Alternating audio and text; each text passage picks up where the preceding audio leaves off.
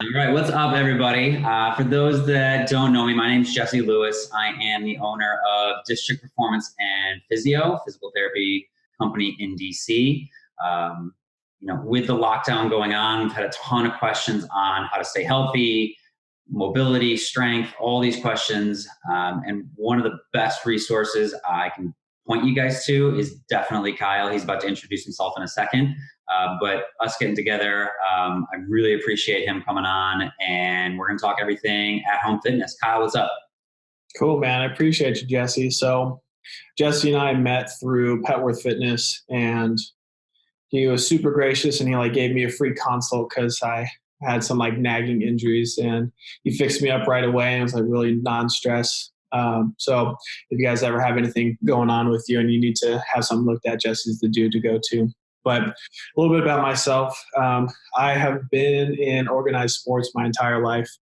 I ran track and field all the way through the collegiate level, and we were back-to-back state champs 2 years in a row. And when I graduated, I didn't really have anything to fill that void that, going to practice left. So I started getting into the realm of functional fitness, and then kind of got into Olympic weightlifting. Then I got into coaching. So I've been coaching for almost a decade now, and I've managed two gyms, one in California, one in DC now, called Petworth Fitness. And then within the last year, I started my own online remote coaching business where we target folks who are struggling to have a consistent, healthy workout routine, because we think everybody should be fit, happy, and confident. So we provide custom tailored workouts to hopefully lead you in that direction. So that's kind of myself, what I do, and how I hopefully can be here to help you guys. Very cool. Did you mention what's your remote coaching company's name? Yeah, so it's called Train and Able, kind of like a spin on Cain and Abel. So instead of it being ABEL, it's LE. Very cool. Got it. All right, so let's just dive into it. So, let's start with a broad topic and just say, what's the biggest question or concern or complaint you've had people ask, in the past 2 months since we've all been locked down about at-home workouts? Yeah, so I think it really boils down to a lack of equipment. People think that they need to have a barbell, or they need to have a rower or a treadmill or an elliptical, or insert any type of traditional training tool.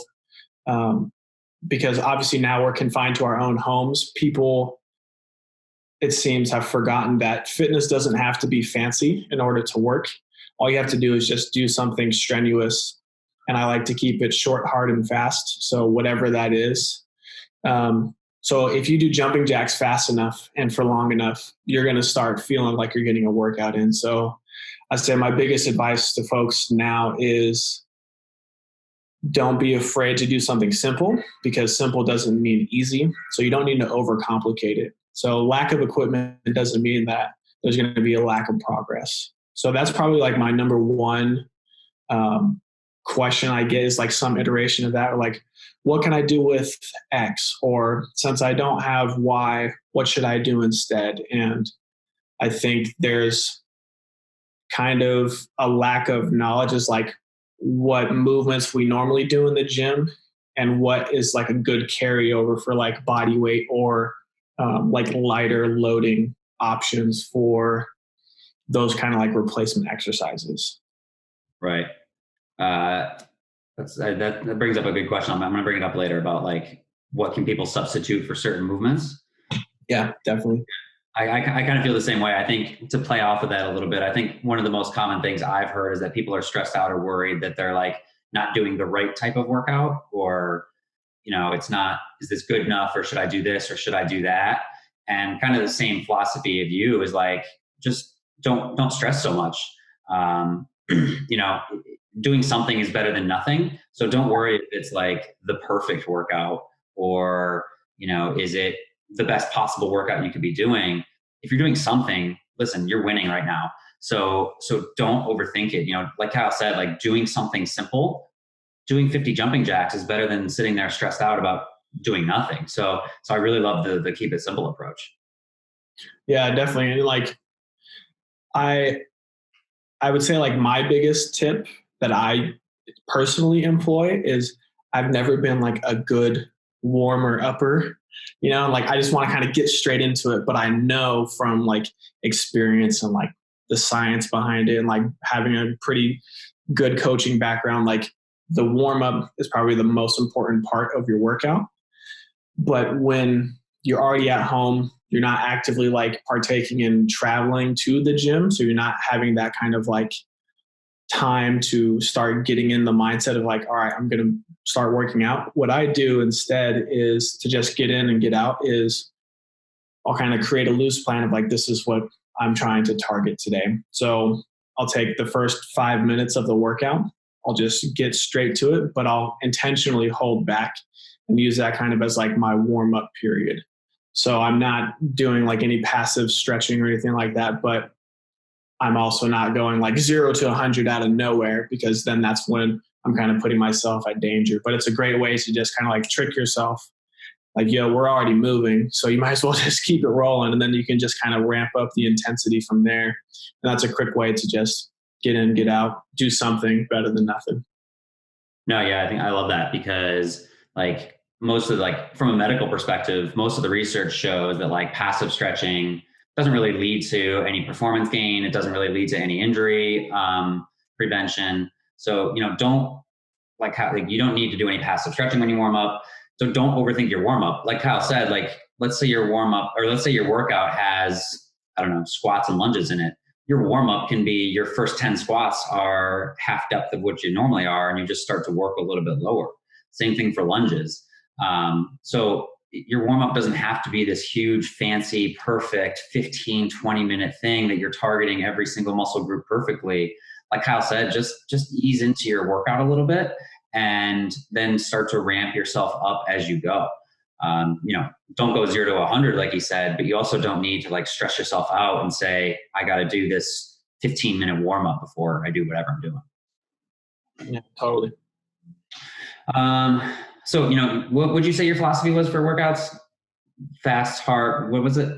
Yeah, short, hard, and fast. Short, hard, and fast. Perfect. So how long do you like for all these at-home workouts? How long are you telling people that their sessions should be? What do you think like the minimum should be?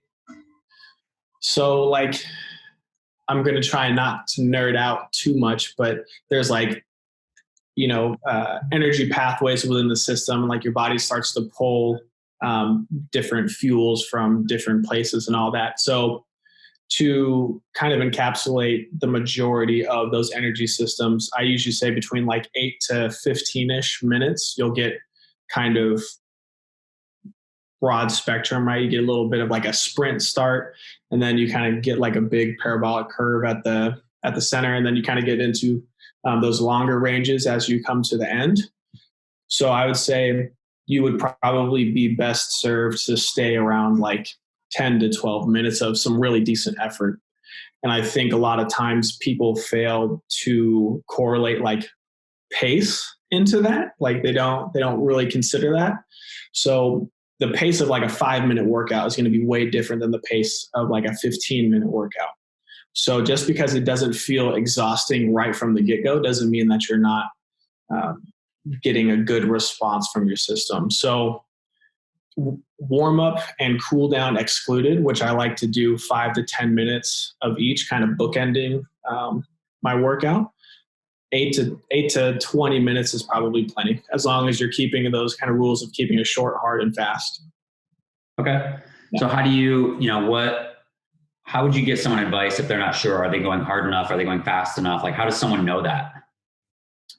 Yeah, I mean, like kind of the traditional signs of like localized fatigue, or like I don't really like using the term like a burning sensation, because that can kind of mislead people. But whatever muscles are being used, like example squat, obviously it's hopefully a leg dominant exercise.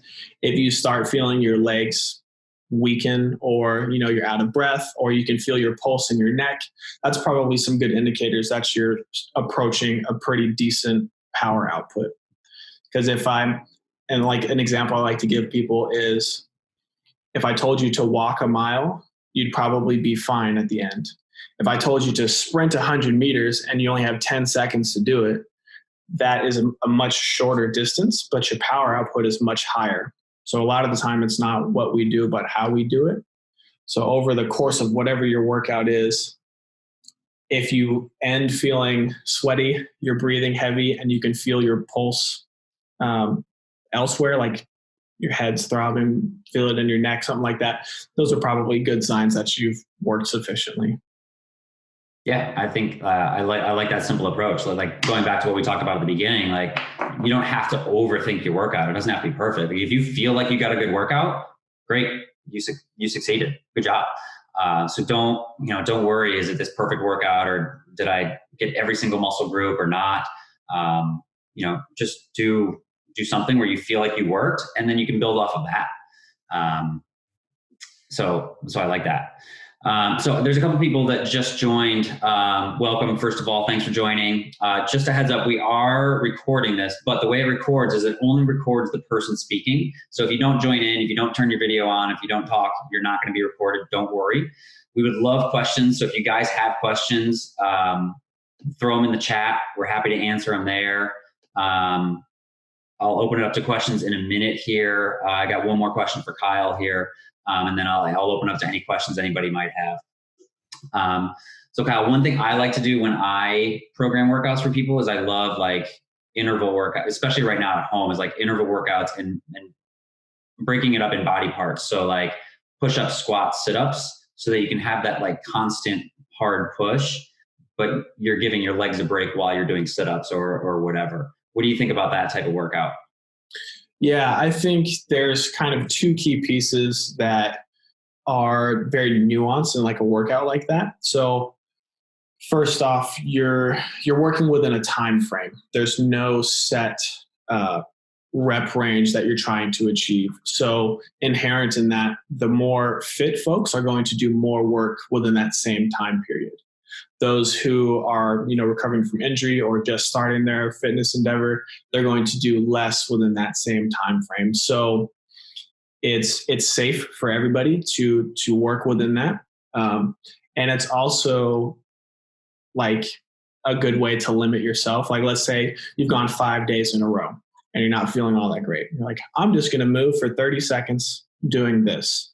That can look drastically different depending on how you feel, because generally that changes day to day or sometimes even hour to hour. So that's a big positive in doing kind of like interval style training. The other thing that you mentioned, which is also good, is kind of like breaking up to localized muscle groups. So like we're going to do a midsection dominant movement, and we're going to do a lower body dominant movement, and then like a upper body or back or whatever you want to think of it like that. That ensures that we're not exhausting or building up a huge amount of fatigue in a certain muscle group, because then that's when you can get strains or tears, or just like your soreness is just so high you feel useless. And for folks who are newer to working out, it's kind of hard to distinguish whether they're really sore or they're actually hurt. So I generally, like, if I had the ideal like split, if you want to think of it, like how you split your workout days and your rest days. As a beginner, I would probably go every other day, just because at least you have like a little buffer. But movement is like lotion to the body, right? The more you move, the better you're going to feel. But it doesn't always have to be like 100% effort. So if you can do 2 days in a row or 3 days in a row and just kind of self-regulate, 3 days is probably the max that I would like somebody working out in a row.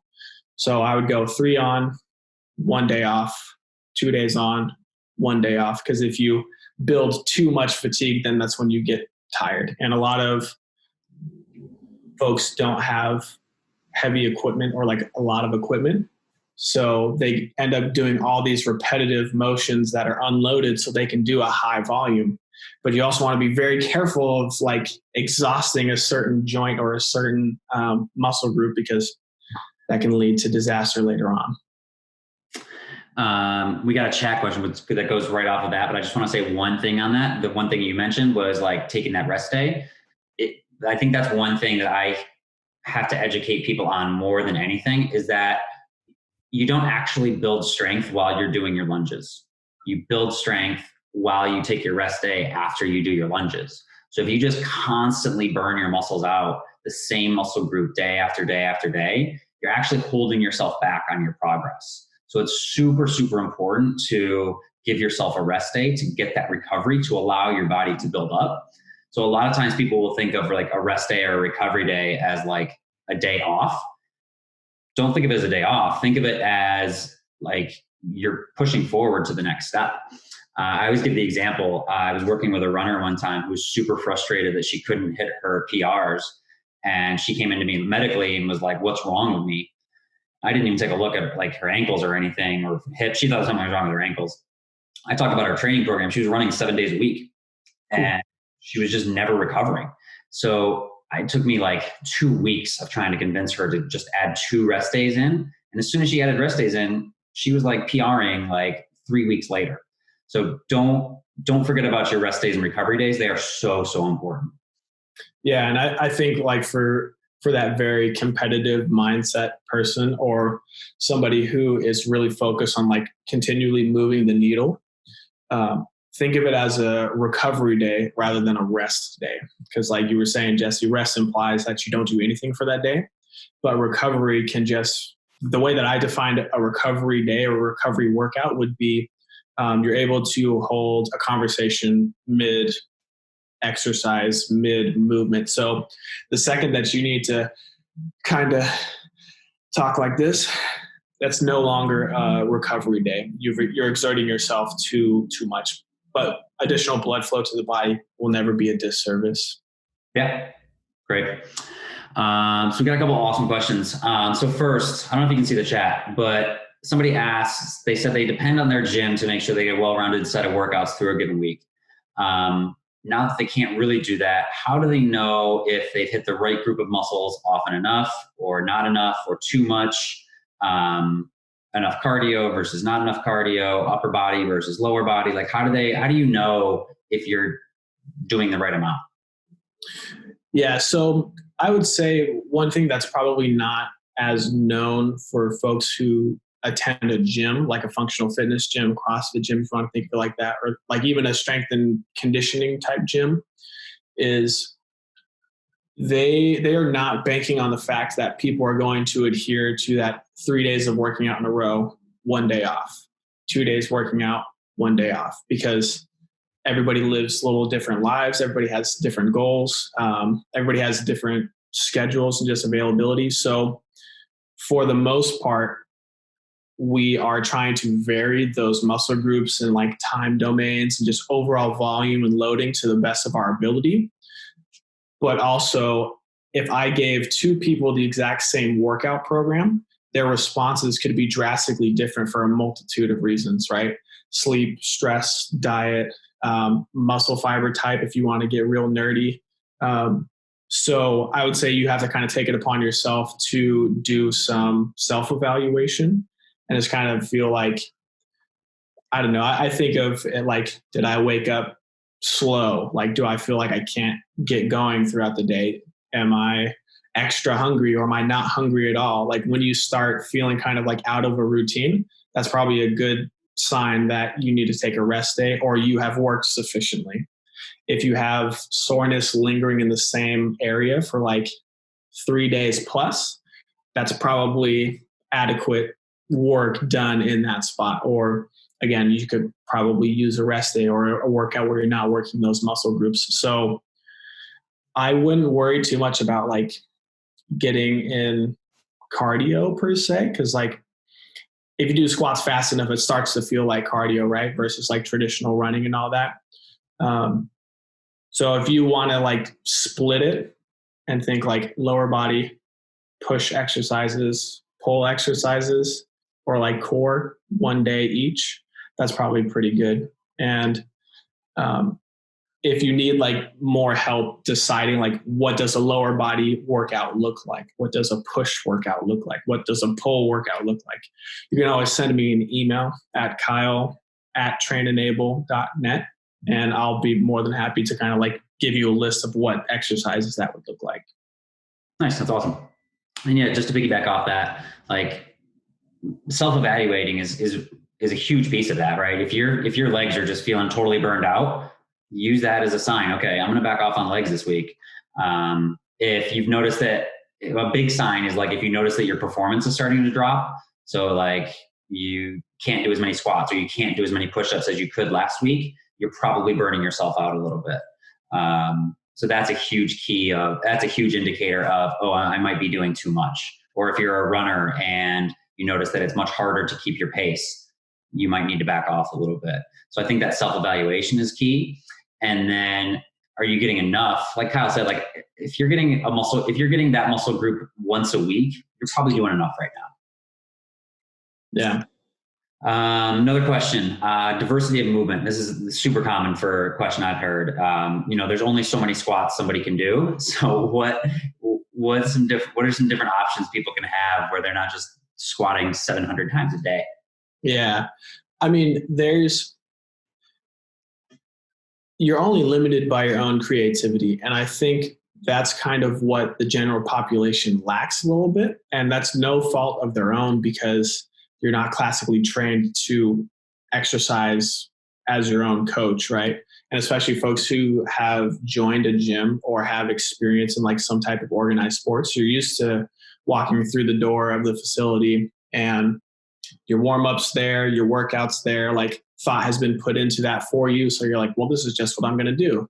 And now that that's kind of like taken away or less available, or you don't have somebody like within the same room as you telling you what to do, folks kind of get lost and they're like, I don't know what to do. I'm just going to do squats every day. But even just changing the rate at what you're doing the movement at can be very beneficial. And it's a very kind of different stimulus that the body feels. So since we're kind of piggybacking off the squat throughout this talk, it seems like, let's say one day you have a workout where you do 100 squats over the course of it. And then the next day you want to still work the legs because that's what you feel like doing. You can do a much lower volume of squats, but at a differing tempo. So 3-second descent. So it's a little more controlled. So the muscle's having to work longer per rep. And then you can pause in the bottom of the squat for 3 seconds because now you're in a different position for longer, unless you don't have a couch and you just sit in the bottom of the squat all day. But even that can be an easy way to not necessarily change an exercise, but to get a different impact from it. And there's just like a million resources online. Like if you just go to YouTube and you type in leg exercises without equipment, you will be flooded with options. Yeah. Yeah. Now, to get away from that question just for a second, because I want to touch on something you said. This is something I was going to talk about later with you, but you brought it up. So a lot of times people are asking, like, how do you build strength without weight? Yep. Tempo is the key, right? So if you don't have a ton of weight, the way to do it is to take whatever weight you've got and just do the movement super, super slow. So if, like he said, for the squat, right? If you don't have a heavy barbell, okay, you take whatever you've got around the house. Let's say you've got a backpack and you can put 20 pounds of water bottles in it, whatever it is. Now you've got a 20-pound backpack on, you do a squat, but you do it super, super slow, like he said. That's a great way to build strength right now without equipment.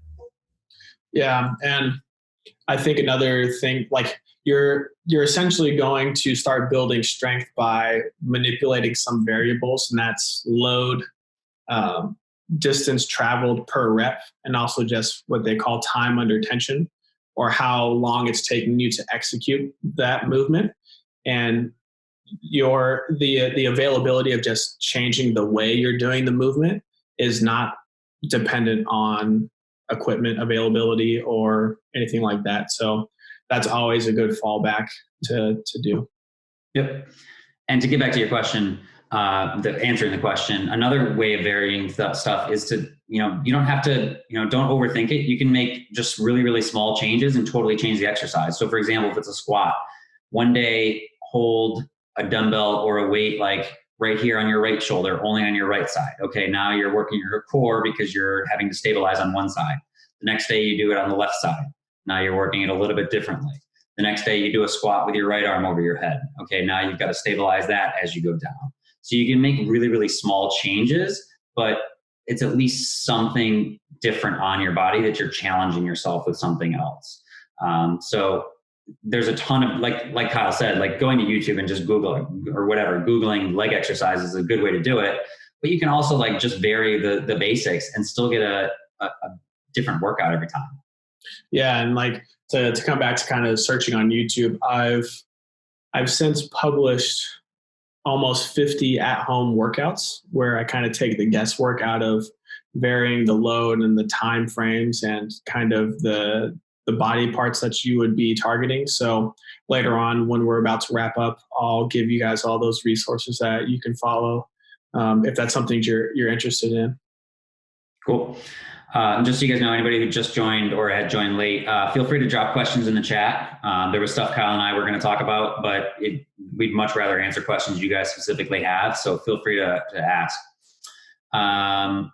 Somebody said they're working out but not training, like she needs more structure. And also she's living in an apartment building, so she's afraid to make noise. So jumping around just can't do it, or dropping weights or stuff like that.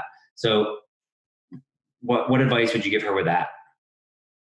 Yeah, I mean, I think a lot of people are kind of worried about going outdoors to exercise because you want to keep your, social distancing and all that. And as much as I'm for keeping the space, I think if you are worried about, annoying your next door neighbors or the neighbors who live below you, just going into the parking garage, you can easily, do all your workout there. It might not be as comfortable because obviously you're not in the own confines of your home. But that's a good way to kind of not be so worried about the noise you're making, because you can't be loud while you're working out. Like when else is it socially acceptable to be loud, And then on top of just creating some structure, there are a lot of, like, if you want to call them templates that you can think of, where, like we kind of alluded to earlier, where you do lower body one day, core one day, push one day, pull one day. There's a ton of just those very zoomed out programs that you can find on the internet. And that's kind of like the whole reason I started Train Enable, was because I found that the biggest barrier people were experiencing when trying to get fit was finding these, programs, seeking out a coach who is knowledgeable, and then actually just going to the gym. Because the hardest part about going to the gym sometimes is just going to the gym. So if I could remove some of those barriers, but still forge like a personal relationship with people, I found that advantageous, because we have so much technology, and we're blessed with things that we thought were impossible like 15 years ago. Like we're all talking in the confines of our own home in on the same call. So like those tools are out there, and like that's what I want to make myself available to the masses for. Nice. Yeah. And like on the structure thing, like you can make it like a very simple structure. You could say strength one day, cardio one day, yoga, rest, right? You don't, like, if you need to give yourself structure, you can start to keep it simple and then build off of that. But, kind of going back to the very first thing we talked about, the more simple you can keep things right now, I think the more progress you're going to make. The more you kind of complicate things and think about it, you're just going to make it almost too complicated to even get started. So just get started is my biggest suggestion. Yeah, we call that paralysis by analysis. Yep. And it's super easy right now, because we all have just a million freaking hours a day to think, which is terrible. It's like my worst nightmare, because all I do is think, and it's awful. So I get what everybody's thinking, but just get moving. Yeah, totally. And like, I like to think of it like graphically represented. If you have 365 days a year and you slog through a workout, let's say you do that every single day, that beats the hell out of sitting on a couch, right? And even if you get 1% better every day, I think we could all agree that's pretty marginal, 1%.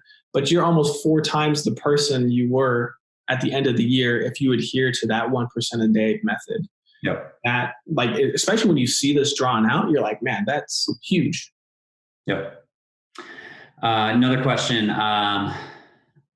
Somebody's sitting around way more than they ever had, like everybody else. As a physical therapist, this is something I've dealt with way more than anything else, is people getting stiff and sore from sitting. So they want to know anything else they can do other than take a walk between or during meetings, like a diversity of movement question. Good question. I answer this literally every single day. My biggest suggestion is every like 45 minutes, get up, depending on your meeting schedule, every 45 minutes, get up. So set a timer on your phone, write yourself a post-it, whatever you need to do to get up, and then pick one different body part to stretch each time. It can be as simple as stretching your shoulders out by reaching up over your head. You can stretch your calf the next hour. You can stretch your hip flexor the next hour, hamstring, like just stretch something different throughout the day. And if you're getting up every 45 minutes to an hour, boom, now you've done 6 different body parts that day that you've gotten moving. Walking is totally fine too. So I would just say, like, pick one body part and do something for it. It doesn't have to be perfect, whether it's a heel raise or a calf stretch or a hip flexor stretch or a cobra yoga pose. Just pick a different body part and do something different each hour. Yeah. And like before I got into the realm of fitness as like my profession, I was working as a financial aid officer in the college setting. So I spent a lot of time behind a desk and I was not used to doing that. And my coworker introduced me to the 20-20-20 rule. So every 20 minutes, you look 20 feet away from your computer monitor for 20 seconds or longer. So you're not like locked into the same depth of field for the whole day. So I'm very ADHD and I need to move around and fidget and do all that stuff. So I adapted that to every 20 minutes, I get up, walk away for 20 seconds or more. And you can easily adapt that to stretch something for 20 seconds. So that way, not only do you find yourself just sitting down all day, but now you've also kind of like been productive and you get kind of like a refreshed energy when you come back to your seat because you don't feel like you're just being absorbed into your couch, you know? Yep. That's good. This is a good question. And nobody knows what the answer will look like, but what do you think it'll look like when we get back into the gym? I am kind of concerned that there won't be enough restraint on the participants' end to realize that we have not been handling loads like probably not even approaching 50% of our actual like full potential. And now that will be kind of thrusted back into using our traditional training tools that we're going to see a lot of people getting hurt. And then on like the business end, I think if we're not careful in how we're reintroducing people to that and kind of holding them back just through the style of workout we're giving them, it could be gnarly. I also think a lot of people are coming to the realization that it was never about the gym. It was more about the structure, the quality of coaching, and just kind of the atmosphere. Because a lot of times people they feed off of the environment that they're in. So if they're in like a stale, stagnant, boring workout environment, they're probably not going to be very high energy in their workout. So when you link into a Zoom call and you see everyone else moving, right, it's kind of motivating. It's like that social pressure that's there and that's positive. So I think we might see a shifting on the gym front to maybe offer more online, like personalized programming, or to keep the virtual classes. And I think it's about time because we've had the internet for so long, and like these are only becoming more and more available options to us. And I think those that fail to adopt are going to be losing out on a pretty decent revenue stream and a pretty good reach to reach people. Like everybody nowadays has a computer in their pocket, your smartphone. And if you're not tapping into that, you're losing out on helping a lot of people. And again, that's another reason why I drove my own business almost entirely online, because that's where it's at. Yeah. Back to the first thing you said, like as a physical therapist, like people always want to know, why did they get injured? And most of the time we don't know why you got injured, but a huge percentage of the time when I know why, it's because they tried to do something they weren't ready for. So for example, like if you're a marathon runner, you can go run 26 miles tomorrow, you'd be totally fine. If you're a power lifter and you go run 26 miles tomorrow, you're going to injure something. It's because you're not prepared for what you're going to do. So if you have been doing at-home workouts religiously, and then you go back in the gym and you've been active, that's awesome. It does not mean you can go back to 80% of your old deadlift weight or 80% of your squat weight or whatever. So be super, super cautious and conservative when you go back, and totally forget about the weight that you were doing before for every single exercise. We're all going to be starting from scratch, and that's okay. You have to be okay with that, because if you go back in the gym with the mindset of, I was doing a 150 pound deadlift before, I want to jump in with 140 pounds, that's when injuries are going to happen. So just be super cautious when you go back, and be aware that even if you've stayed active, you have to let yourself prepare to get back to where you were before. And then also, I don't know if this was the way you wanted to know the question, but what will it look like? I mean, I think, from the states that have opened back up, it's going to look like, these classes are going to be much smaller. We're going to have to stay farther apart. Gyms might have to offer more classes to fit the same amount of people in. You might have a little bit of trouble getting the exact class time that you want, because there's only 8 to 10 people allowed in a class. Because we're not going to be able to fit, unless no gym in DC is going to be able to fit 30 people into a class as soon as they open back up. Yeah, I think the short answer is nobody knows what it's going to look like, and nobody knows when that is going to be. But I find it kind of exciting, because I've had long stints to where, like, I lived in the Netherlands for a year, and I couldn't run track and field because I couldn't afford the club fees, because I didn't know that it wasn't normal to run organized sports actually through your school. So it's nice to come back, because you know what you're capable of, and if you just put in the work, you can get back to where you were. And like, the process is exciting for me, and it's like you're laying the foundation all over again. When you get to stand back and look at the house you've built, that's cool. But people get lost and like, oh, I just want it to be done. It's like, no, that's not how it works. Yeah. So it's leveling the playing field again. That dude who was crushing it and you were chasing him every day, or, the girl who always laps you on the treadmill or whatever, she's going to be starting from a deficit too. And we're all getting to do it together. And that's what's cool. I think people are going to be so excited to have contact again. And that's going to be really fun. Yeah, I think the community aspect is going to be like, people are just going to love being back in the gym again. Yeah, absolutely. They're going to be like, I've been seeing my wife for like, it's killing me, man. I need someone else. I need another face in here. Somebody says drastic change often inspires creativity and innovation. Have you seen that as in your experience as a trainer or business owner over the past 6 months? I'll let you start. Yeah, I think it's definitely, the early adopters are going to benefit the most, but it's very easy in times like this to make the wrong move, or when people are hypersensitive to a situation, you can rub them the wrong way very easily.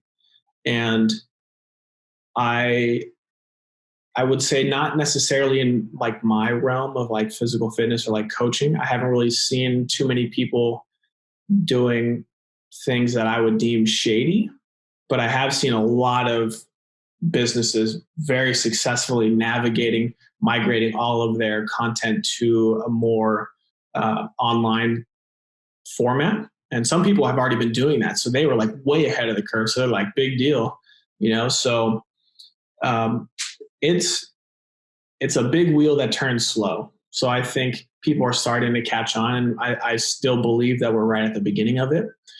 But a lot of the people that kind of inspired me to get into fitness have already been doing this for a long time. So they're cruising, and I kind of wish I, listened to them earlier, but hindsight's always 20/20.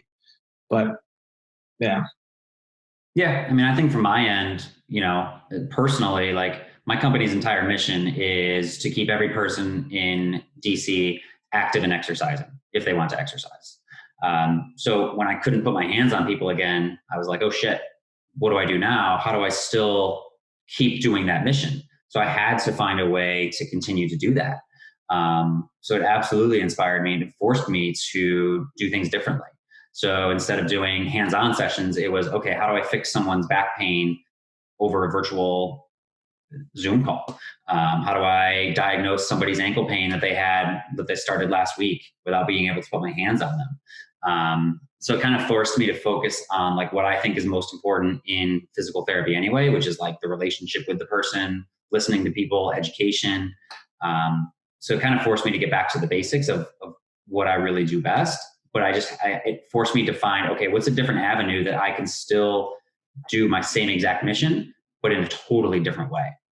Yeah. And like in some of the seminars I've taken, we talk about our tool bag, right? So as a coach, you have a couple different methods to make corrections, like mid-movement. So you have verbal cueing, right? Telling people what to do. You have visual cueing, showing them what to do.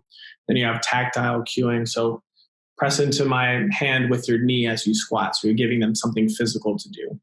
So now that obviously I'm operating at a disadvantage because I can't put my hands on people, just like Jesse was saying, it kind of shows you like you've either been putting tools into the bag and you're very good verbally and you're very good at displaying things visually, or this is an opportunity for great growth if you're not there. And it's fun to me, like being presented with these challenges, because you get to think critically. And I think the biggest thing that we've been blessed with in this is time and mental bandwidth, because you don't have to sit in traffic. You don't have to sit in the office. You don't have to, interact with so many people. So it's a lot of problem solving going on and a lot of getting back to the basics of more than just business, but just life and being human. Yeah. Lindsay wants to know, what's the best advice to approach strength training as a runner, or how to continue and increase strength training during a training block for a race? Yeah, that's a great question. So a lot of the same principles that you approach like classic strength training, like when you think of like barbell lifts, like squat, deadlift, bench, you can also apply to running. So let's just take distance running for an example. So like running consecutive multiple miles. I think distance runners are guilty, just like sprinters are guilty of getting locked into that one distance. So if I want to crush the turkey trot 5K and all I'm doing is 5Ks, like I'm not getting enough variety in like my time domain, my effort, to kind of get faster or to feel more comfortable at different effort levels. So I would say one of the best things that you can do is build in some tempo days, to where you go through like a variety of different paces, or to focus a little bit on speed work. A lot of running is core and like hip flexor dominant, and of course like glute and hamstring. So if you can maybe do some kind of more classic strength training in those areas, like glute, hamstring, hip, core activation, that will more than likely translate out on your runs. And even like little things like dialing in your breathing. Like if you breathe solely into your lungs, you're kind of losing out on a lot of capacity coming from your diaphragm. So there's a ton of breathing exercises that you don't even need to be running to practice. So there's lots of things that you can vary in. Chris Hinshaw, HINSHAW. He has this website called Aerobic Capacity. It's phenomenal. I am not entirely sure. See you, Will. I'm not entirely sure if he put up a pretty aggressive paywall or not, but you can more than likely check that out and get a lot of good resources from that. I'll put it into the chat for you just so you can kind of see it spelled out. Yeah, and just to piggyback off that a little bit, strength training for runners, like coming from like a person who deals with running injuries all the time and helping people get back from them, strength training is so, so important, both for performance and for injury.